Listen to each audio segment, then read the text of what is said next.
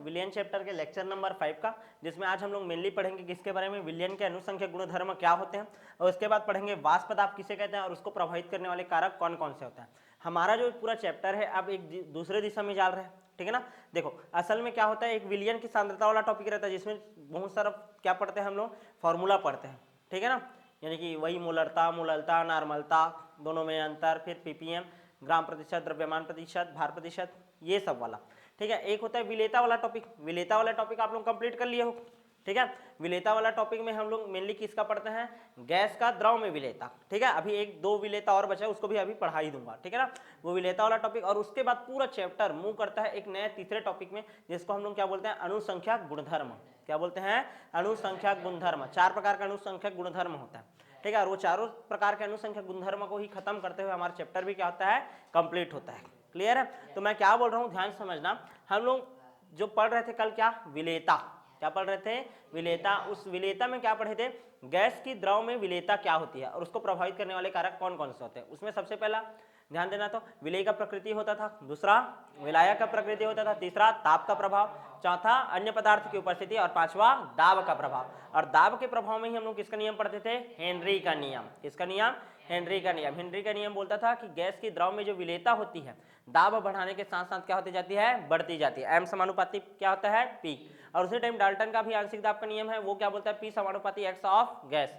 समानुपाती हटाते हैं के एच, हेनरी नियतांक आता है, यानी कि हेनरी नियतांक का मान जितना ज्यादा विलेयता उतना कम, यानी कि हेनरी नियतांक का मान क्या होना चाहिए, कम, तो विलेयता क्या होगी, ज्यादा। इसके बारे में बात किए थे। फिर हेनरी के नियम का क्या क्या सीमा है, इसके बारे में बात किए थे। फिर हेनरी के नियम का अनुप्रयोग। आज गैस की द्रव में विलेयता के बाद एक और विलेयता पढ़ रहे हैं, जिसमें हम लोग पढ़ेंगे ठोस की द्रव में विलेयता। हेडिंग डालो, ठोस की द्रव में विलेयता। मतलब विलेय कौन है, ठोस। विलेय कौन है, ठोस। और द्रव क्या है आपका, विलायक। क्या है, विलायक। क्लियर है कि नहीं। तो ध्यान से समझना, 1 लीटर मान लो कोई विलियन है, ध्यान से देखो परिभाषा क्या बोल रहा हूं, 1 लीटर विलियन में, विलियन में, ठीक है ना। 1 लीटर आपका क्या है, विलियन है। तो उस विलियन में उपस्थित, 1 लीटर विलियन में उपस्थित, ठीक है ना, ठोस पदार्थ के मोल की मात्रा, ठोस पदार्थ के मोल की मात्रा, ठीक है ना, उसी को ही हम लोग क्या बोलते हैं, ठोस की द्रव में विलेयता।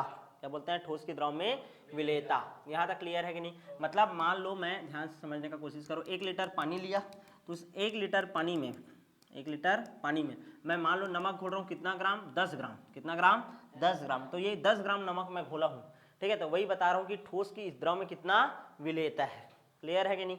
अब इसको कौन कौन सा कारक प्रभावित कर सकता है, वही घिसा पीटा कारक रहेगा, ठीक है। चलो बताओ, सबसे पहला क्या होगा कारक, विलेय एवं विलायक की प्रकृति।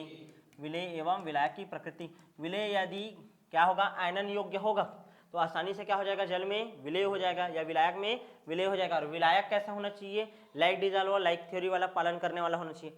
विलेय एवं विलायक की प्रकृति सबसे पहले तो इसी के ऊपर निर्भर करता है। यहाँ तक क्लियर है कि नहीं। अच्छा, दूसरा याद रखना है, जालक ऊर्जा। क्या होता है, जालक ऊर्जा, ठीक है ना। जालक ऊर्जा क्या होता है, ध्यान से समझना, ठीक है। मान लो आपका 1 मोल, ध्यान से समझना ना, 1 मोल क्रिस्टल है, NaCl है, ठीक है। NaCl का 1 मोल क्रिस्टल है, ठीक है ना, ये 1 मोल है।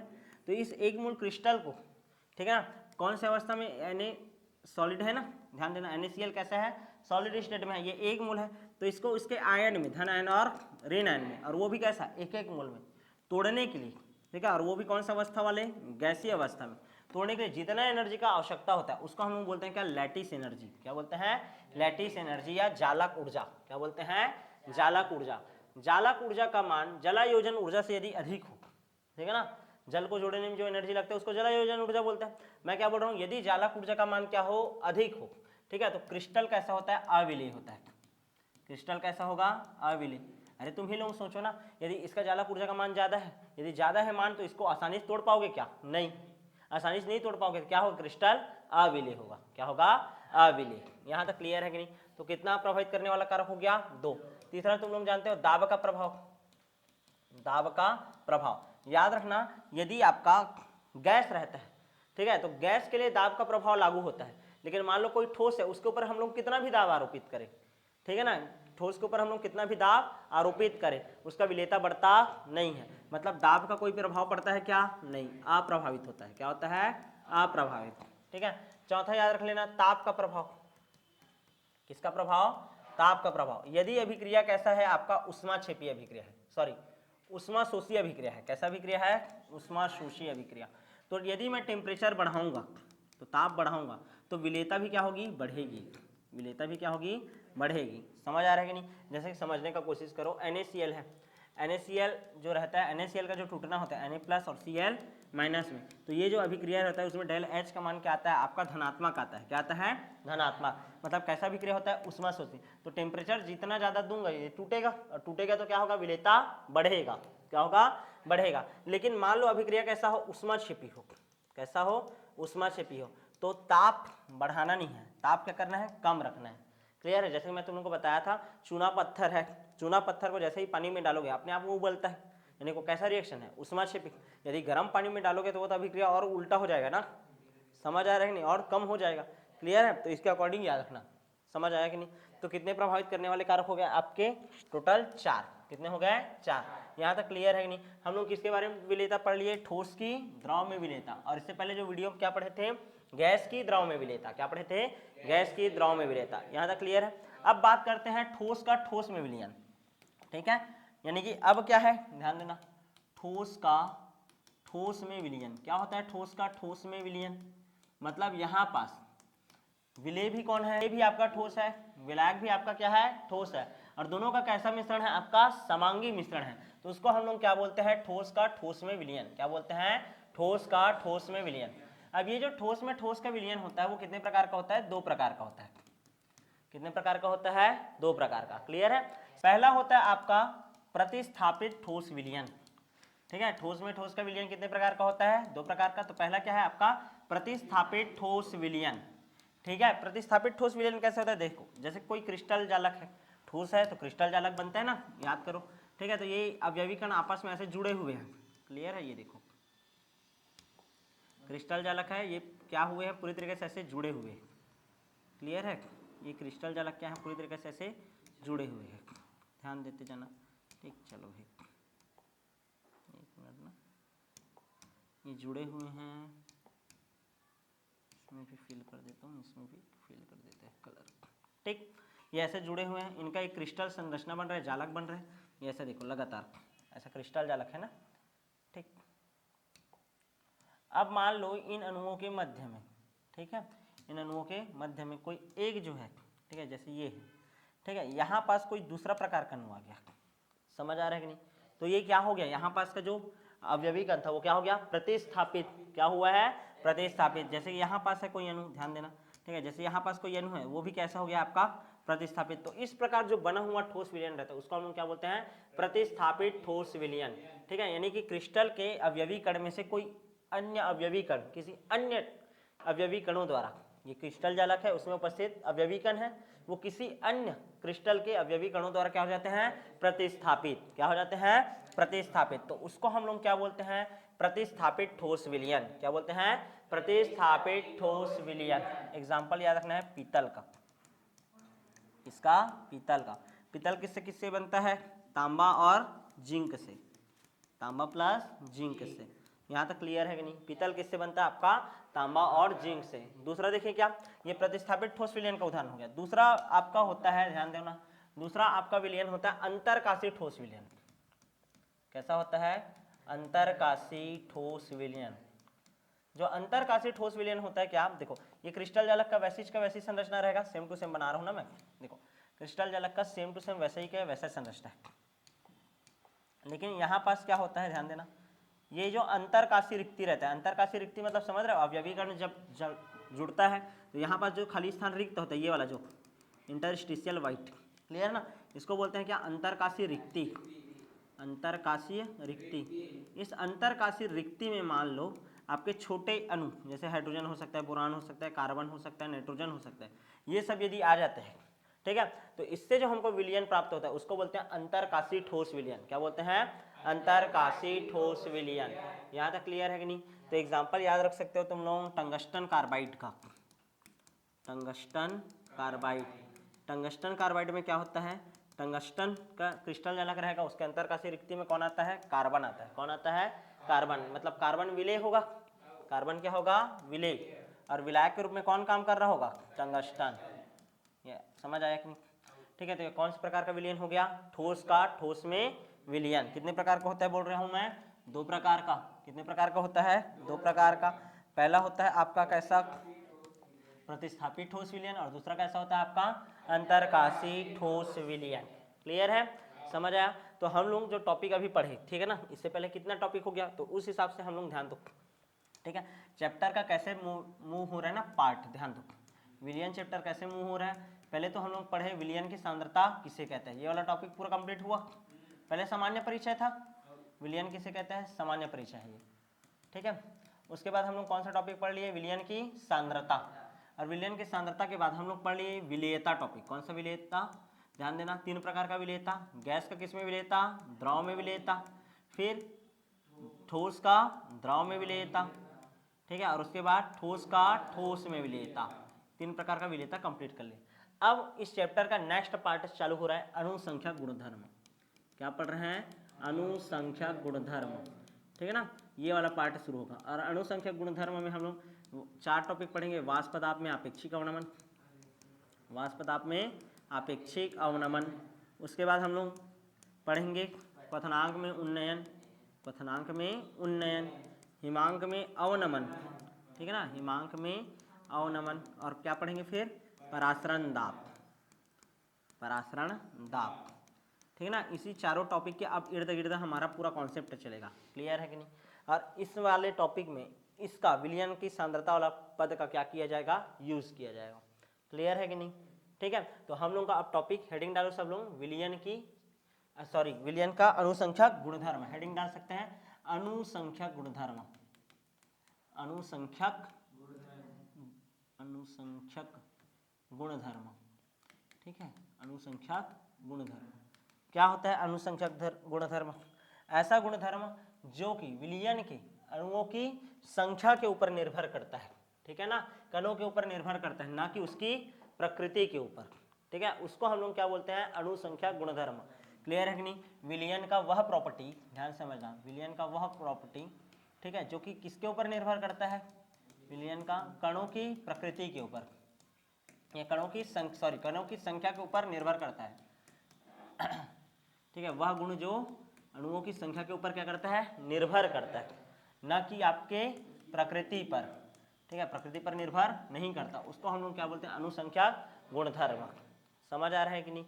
ठीक है, जैसे कि गुणधर्म आप लोगों को पढ़ना है, घनत्व है, ठीक है, घनत्व छोड़ो, हाँ, घनत्व है वो उसके मात्रा के ऊपर निर्भर करता है, लेकिन जो रंग वंग है वो क्या है, उसके प्रकृति के ऊपर निर्भर। तो प्रकृति रंग वगैरह के ऊपर निर्भर नहीं करता, उसके मास के ऊपर आधारित होगा, द्रव्यमान, या फिर उसके आयतन के ऊपर आधारित होगा। क्लियर है ना, कलर वगैरह से कोई इफेक्ट पड़ता नहीं है। ठीक है, तो उन सब प्रॉपर्टी के बारे में पढ़ेंगे। क्लियर है?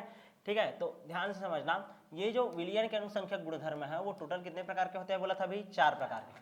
सबसे पहला होता है वाष्प दाब में आपेक्षिक अवनमन, वाष्प दाब में आपेक्षिक अवनमन।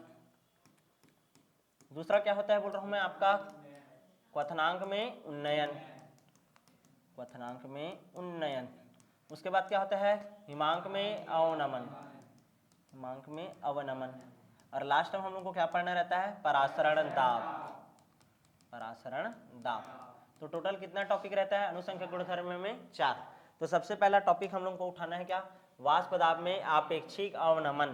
क्या पढ़ना है, वाष्प दाब में आपेक्षिक अवनमन। अवनमन का मीनिंग होता है कमी, और उन्नयन का मतलब होता है वृद्धि। क्लियर ना, तो वाष्प दाब में आपेक्षिक वृद्धि, सॉरी कमी, और क्वथनांक में क्या है आपका, वृद्धि, हिमांक में आपका कमी।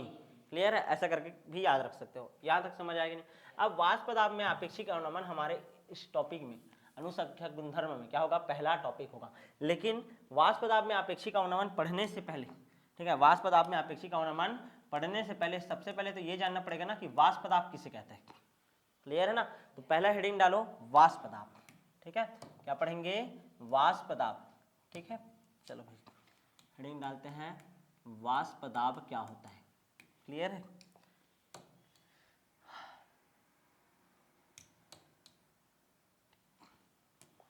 ठीक, ध्यान से समझना। ठीक, कोई एक बर्तन है, ठीक है, इस बर्तन में कोई द्रव रखा हूं मैं, बर्तन में क्या रखे हैं, कोई द्रव रखे हैं, क्लियर है। अब क्या हुआ, इस बर्तन में कुछ द्रव लिए और उस द्रव को हम लोग क्या कर रहे हैं, गर्म कर रहे हैं, क्या कर रहे हैं, गर्म। कुछ समय बाद ताप को हम लोग क्या कर देंगे, स्थिर कर देंगे। शुरुआत में 0 डिग्री सेंटीग्रेड था, धीरे धीरे धीरे टेम्परेचर बढ़ाते गए, टेम्परेचर बढ़ाने पर चलो ऐसे समझ गया कि 100 डिग्री सेंटीग्रेड तक बढ़ा दिए। अब इसके बाद ना तो बढ़ा रहे हैं ना तो घटा रहे हैं, ताप कैसे कर दिया, आप स्थिर कर दिया, ऐसा वाला कहानी समझो, क्लियर है। ताप कैसे हो गया, स्थिर। तो प्रारंभ में ध्यान समझना, इस द्रव जो, ठीक है ना, कोई भी द्रव है, इस द्रव को हम लोग क्या बोल सकते हैं, AB, क्या बोल सकते हैं, AB, ठीक है। तो ये शुरुआत में क्या हो गया, इसका वेग जो था वो क्या था, V1 था, क्या था, V1 था, क्लियर है ना। द्रव का वेग कितना था, V1, ठीक है। अब ध्यान समझना, ये जैसे जैसे आगे जाते जाएगा तो V1 वेग क्या रहेगा, ज्यादा, क्या होगा, ज्यादा। और कुछ समय बाद ध्यान देना, इसका वाष्पन हो रहा है तो इसको हम लोग क्या बोलेंगे, वाष्पन वेग, क्या बोलेंगे, वाष्पन वेग। अब वाष्पन होना क्या हो जाएगा, बंद। अब देखो ढक्कन लगा दी हो, जैसे कि घर में खाना बनाते हैं तो रखते हैं ना बर्तन के ऊपर ढक्कन, तो धीरे धीरे क्या होता है, पहले तो वाष्पन होता है, वाष्पन होने के बाद ढक्कन लगा हुआ होता है, तो अब उसका क्या होने लगता है, उल्टा संघनन। अब संघनन वेग क्या हो गया आपका, V2, संघनन वेग क्या होगा आपका, V2, संघनन वेग क्या होगा आपका, V2। जब वाष्पन वेग V1 था तो संघनन वेग V2 क्या था, कम था। अब कौन सा वेग बढ़ेगा, संघनन वेग, कुछ समय बाद V2 वेग क्या हो जाएगा, बढ़ जाएगा, और ये V1 वेग क्या हो जाएगा आपका, कम हो जाएगा, क्या हो जाएगा, कम। पहले वाष्पन होगा जी, वाष्पित होने लगेगा, तो ये ज्यादा था और ये वाला वेग क्या था, कम। अब धीरे धीरे संघनन ज्यादा होने लग गया तो वाष्पन क्या होने लग जाएगा, कम। और एक टाइम ऐसा आएगा कि V1 इज इक्वल टू क्या हो जाएगा, V2, V1 is equal to क्या हो जाएगा आपका, V2। यहां तक समझ आ रहा है कि नहीं। इसको हम लोग बोलते हैं द्रव वाष्प साम्यावस्था, क्या बोलते हैं, द्रव वाष्प साम्यावस्था। ये द्रव है ना, और ये क्या बना रहा है आपका, वाष्प बना रहा है, क्या बना रहा है, वाष्प। तो जब द्रव किसमें चेंज हो रहा था, वाष्प में, तो उसको वाष्पन वेग बोल रहे थे, और वाष्प जो था वो किसमें चेंज हो रहा था, द्रव में, तो कौन सा वेग बोल रहे हैं, संघनन वेग। प्रारंभ में वाष्पन वेग V1 का मान ज्यादा और V2 का मान कम, फिर बाद में V2 का वेग ज्यादा और V1 का मान क्या होता है, कम। यहां तक क्लियर है कि नहीं। अब जब द्रव वाष्प साम्यावस्था आता है, द्रव वाष्प साम्यावस्था में V1 का मान क्या हो जाता है, बराबर हो जाता है V2 के। तो इतने टाइम ध्यान समझना, द्रव के वाष्प जितना वेग इस द्रव के ऊपर लगाता है उसी को बोला जाता है वाष्प दाब। क्लियर है कि नहीं। परिभाषा क्या दोगे, द्रव वाष्प साम्यावस्था पर, द्रव वाष्प साम्यावस्था पर वाष्प द्वारा द्रव की सतह पर, ये द्रव का सतह रहेगा, द्रव की सतह पर लगाया गया दाब क्या कहलाता है आपका, वाष्प दाब, क्या कहलाता है, वाष्प दाब। यहां तक समझ आया कि नहीं, क्लियर है। इसको क्या बोलते हैं, वाष्प दाब। पहला परिभाषा ये दे सकते हो, क्लियर है। दूसरा एक और परिभाषा कैसे दे सकते हो, जैसे कि ये एक पात्र है, ठीक है ना, इस पात्र में क्या भरा हुआ है आपका, पानी भरा हुआ है, ऐसा क्या भरा हुआ है, पानी। और ये जो सबसे ऊपरी सतह है, तो ये जो द्रव के कण है वो तो क्या, कौन सी गति करते हैं, ब्राउनी गति करते हैं, क्या करते हैं, ब्राउनी गति, जिग जैग मोशन करते रहते हैं। तो ये द्रव की सतह पर, ठीक है ना, ये द्रव है, तो वाष्प में कन्वर्ट होने के लिए, कौन से अवस्था में कन्वर्ट होने के लिए, वाष्प में कन्वर्ट होने के लिए जितना दाब इस द्रव की सतह पर आरोपित करता है उसी को भी बोलते हैं कि आपका वाष्प दाब। क्या बोलते हैं, वाष्प दाब। एग्जाम्पल याद करो, ध्यान से देखो, स्प्राइट रहता है, स्प्राइट को हम लोग जैसे ही, ध्यान समझना, स्प्राइट को हम लोग जैसे ही डिस्पोजल में डालते हैं और कान के पास ले जाओगे तो ऐसा छींटा पड़ता है, ठीक है। तो वहां पास क्या हो रहा है, जो द्रव था वो ब्राउनी गति कर रहा होगा, ठीक है, और कहाँ निकलना चाह रहा था, वाष्प दाब। लेकिन तुम लोगों को क्या पता है कि जो बाहर का वायुमंडलीय दाब है इस वाष्प दाब से क्या होता है, वो ज्यादा, इस कारण उसको वाष्प अवस्था में कन्वर्ट होने नहीं देता है। या फिर देखना बोरिंग का पानी लेना या बोर का पानी और कान के पास ले जाना, तो ऐसे वो ऊपर आता है, ऐसा छिड़कते हुए लगता है। मतलब जो द्रव के कण है, ध्यान देना, जमीन के नीचे था पानी तो दाब क्या था, ज्यादा था, ऊपर आएगा पानी, ऊपर जैसे ही आएगा, ये नल हैंड पंप से तुम लोग क्या किए, पानी को निकाल लिए भाई, देखे ना, पानी को निकाल लिए, तो वाष्प दाब कम हुआ ना, तो वाष्प दाब कम होते गया। अब यहाँ पास बाहर से 1 ATM दाब लग रहा है, वायुमंडलीय दाब, तो ये तो निकलना चाहेगा ना, तो उतने टाइम हल्का सा ऐसा छींटा टाइप का पड़ता है, तो उतने टाइम, ठीक है ना, ये जो वाष्प अवस्था में ये जो द्रव, ध्यान देना, वाष्प अवस्था में कन्वर्ट होने के लिए जितना सतह पर बल आरोपित करता है उसी को ही हम लोग क्या बोलते हैं, वाष्प दाब। क्या बोलते हैं, वाष्प दाब। तो वाष्प दाब का 2 तरीके से परिभाषा दे सकते हैं, ध्यान समझना, ठीक है। जब किसी द्रव को स्थिर ताप पर गर्म करते हैं प्रारंभ में उसका वाष्पन वेग तेज होता है, तथा संघनन वेग कम होता है, लेकिन कुछ समय बाद संघनन वेग का मान ज़्यादा तथा वाष्पन वेग का मान कम हो जाता है तथा लगातार यह प्रक्रिया चलते रहता है तो वाष्पन वेग संघनन वेग के बराबर हो जाता है तथा द्रव वाष्प साम्यावस्था आ जाता है। मतलब द्रव कन्वर्ट होता रहेगा वाष्प में और वाष्प कन्वर्ट होते रहता है द्रव में। इतने समय में, इसी समय में द्रव वाष्प साम्यावस्था पर वाष्प द्वारा द्रव की सतह पर लगाया गया दाब क्या कहलाता है? आपका वाष्प दाब। ये पहला परिभाषा। और दूसरा परिभाषा क्या बता सकते हो कि मान लो कोई द्रव है तो द्रव का जो कण रहता है वो ब्राउनी गति करता है और ब्राउनी गति करते हुए वो किस अवस्था में चेंज होना चाहता है? वाष्प। तो वाष्प अवस्था में चेंज होने के लिए वो स्वतंत्र तल पर, जल के स्वतंत्र तल पर जितना दाब आरोपित करता है उसी को ही हम लोग क्या बोलते हैं? वाष्प दाब। क्या बोलते हैं? वाष्प दाब। यहाँ तक क्लियर है कि नहीं वाष्प दाब का कॉन्सेप्ट? अब आगे बढ़ते हैं। ये जो वाष्प दाब होता है, ठीक है ना, इसको प्रभावित करने वाले कारक कौन कौन सा होता है? ठीक है, अब देखो वाष्प दाब किस में कन्वर्ट करना चाह रहा है? वाष्प में। कोई भी द्रव है उसको किस में कन्वर्ट करना चाह रहा है? वाष्प में। तो द्रव वाष्प में कन्वर्ट होने के टाइम में स्वतंत्र तल पर जितना दाब आरोपित करता है उसको वाष्प दाब, यही बोला हूं मैं। ठीक है, अब ध्यान से समझना वाष्प में कन्वर्ट क्यों नहीं हो पाता? क्योंकि बाहर से कौन सा दाब लग रहा है? वायुमंडलीय दाब। यानी कि वायुमंडलीय दाब का मान ज्यादा होता है किससे? वाष्प दाब से। किससे? वाष्प दाब से। इस कारण, ठीक है ना, कोई भी द्रव डायरेक्ट किसमें कन्वर्ट नहीं हो पाता है? फट से वाष्प में। क्लियर है? यहाँ तक समझ आया कि नहीं? अब वाष्प दाब को कौन कौन सा कारक प्रभावित करता है? हेडिंग डालो, वाष्प दाब को प्रभावित करने वाला कारक। वाष्प दाब को प्रभावित करने वाले कारक ऐसे कौन कौन से कारक होते हैं जो वाष्प दाब को प्रभावित कर सकते हैं? तो सबसे पहला वही प्रभावित करने वाला कारक क्या होगा? विलायक की प्रकृति। विलायक की प्रकृति। अब ध्यान समझना, ठीक, ये हमारा बर्तन है। इस बर्तन में क्या है? ध्यान से समझना, बहुत सारा हमारा क्या है? ध्यान देना, ठीक है, द्रव के कण हैं, ठीक है ना, ये द्रव है, ठीक है। तो द्रव कणों के मध्य में, ठीक है ना, ये द्रव है जी, ठीक है, तो द्रव अणु है। तो अणु के मध्य में यदि अंतर आणविक आकर्षण बल क्या हो? ज्यादा हो। यदि अंतर आणविक आकर्षण बल क्या हो? ज्यादा। आकर्षण बल क्या होगा? ज्यादा। यदि अंतर आणविक आकर्षण बल ज्यादा है तो ये एक दूसरे को क्या करेंगे? खींच खींच के रखेंगे। और यदि एक दूसरे को खींच खींच करके रखेंगे तो ये क्या स्वतंत्र तल पर कोई दाब आरोपित कर पाएंगे क्या? नहीं। यानी अंतर आणविक आकर्षण बल का मान यदि ज्यादा हो तो वाष्प दाब का मान क्या होगा? कम। वाष्प दाब का मान क्या होता है? कम। और मान लो इनके बीच में आकर्षण बल ही नहीं है तो इधर उधर एक दूसरे से छटकेंगे, ठीक है, और इस कारण स्वतंत्र तल पर क्या करेंगे? ज्यादा दाब आरोपित करेंगे। मतलब यदि अंतर आणविक आकर्षण बल का मान क्या हो? आकर्षण बल का मान कम हो। अंतर आणविक आकर्षण बल का मान क्या हो? आपका कम हो। तो वाष्प दाब भी क्या हो जाता है? आपका कम। क्या हो जाता है? कम। सॉरी, कम हुआ ना, ज्यादा होगा, माय मिस्टेक, ठीक है। आकर्षण बल यदि क्या हो रहा है? आपका कम, तो एक दूसरे से दूर दूर रहेंगे और दूर दूर रहेंगे स्वतंत्र तल पर क्या लगाएंगे? ज्यादा दाब आरोपित करेंगे। क्लियर है? यहाँ तक समझ आएगा नहीं? ये कॉन्सेप्ट क्लियर है? विलायक की प्रकृति, यदि अणुओं के मध्य में अंतर आणविक आकर्षण बल का मान ज्यादा होता है तो अणुओं में संगुणन होता है तथा द्रव की स्वतंत्र तल पर वे दाब आरोपित नहीं कर पाते, अर्थात वाष्प दाब का मान क्या होता है? कम। यहाँ तक क्लियर है? और यदि उनके बीच में आकर्षण बल क्या हो? आपका ज्यादा, सॉरी कम हो, क्या हो? आकर्षण बल कम हो, तो एक दूसरे से दूर दूर भागेंगे और दूर दूर भागेंगे तो स्वतंत्र तल पर क्या आरोपित करेंगे? दाब। मतलब वाष्प दाब का मान क्या होगा? ज्यादा। क्या होगा? ज्यादा। यहाँ तक क्लियर है कि नहीं? ठीक है, एग्जाम्पल जैसे दिया जाता है डाई एथिल ईथर जो रहता है ना, उसका वाष्प दाब जो रहता है एथिल एल्कोहल की अपेक्षा क्या रहता है? ज्यादा रहता है। क्लियर है? दूसरा देखते हैं ताप। क्या देखते हैं? ताप। अब ध्यान से देखो, वही पात्र है, पात्र में हमारा क्या है? जल के अणु है। टेम्परेचर जितना ज़्यादा मैं बढ़ाऊंगा, टेम्परेचर यदि हम लोग बढ़ाएंगे, टेम्परेचर बढ़ाएंगे तो गतिज ऊर्जा क्या होगा? अणुओं का गतिज ऊर्जा बढ़ेगा। गतिज ऊर्जा क्या होगा? बढ़ेगा। और गतिज ऊर्जा बढ़ेगा तो टक्करों का संख्या स्वतंत्र तल पर क्या होगा? बढ़ेगा। और स्वतंत्र तल पर यदि टक्कर का संख्या बढ़ रहा है मतलब वाष्प दाब का मान भी क्या होगा? बढ़ेगा। वाष्प दाब का मान भी क्या होगा? बढ़ेगा। ताप ज़्यादा तो गतिज ऊर्जा ज़्यादा, और गतिज ऊर्जा ज़्यादा तो वाष्प दाब भी क्या होगा? ज़्यादा। टक्कर का संख्या ज़्यादा हो जाएगा ना? यहाँ तक क्लियर है कि नहीं? तीसरा सबसे ज़्यादा एमपीजी, अवाष्पशील विलेय पदार्थ की उपस्थिति। अवाष्पशील विलेय पदार्थ की उपस्थिति, और यहीं पास से एक नया कॉन्सेप्ट का जन्म हुआ, अवाष्पशील विलेय पदार्थ की उपस्थिति।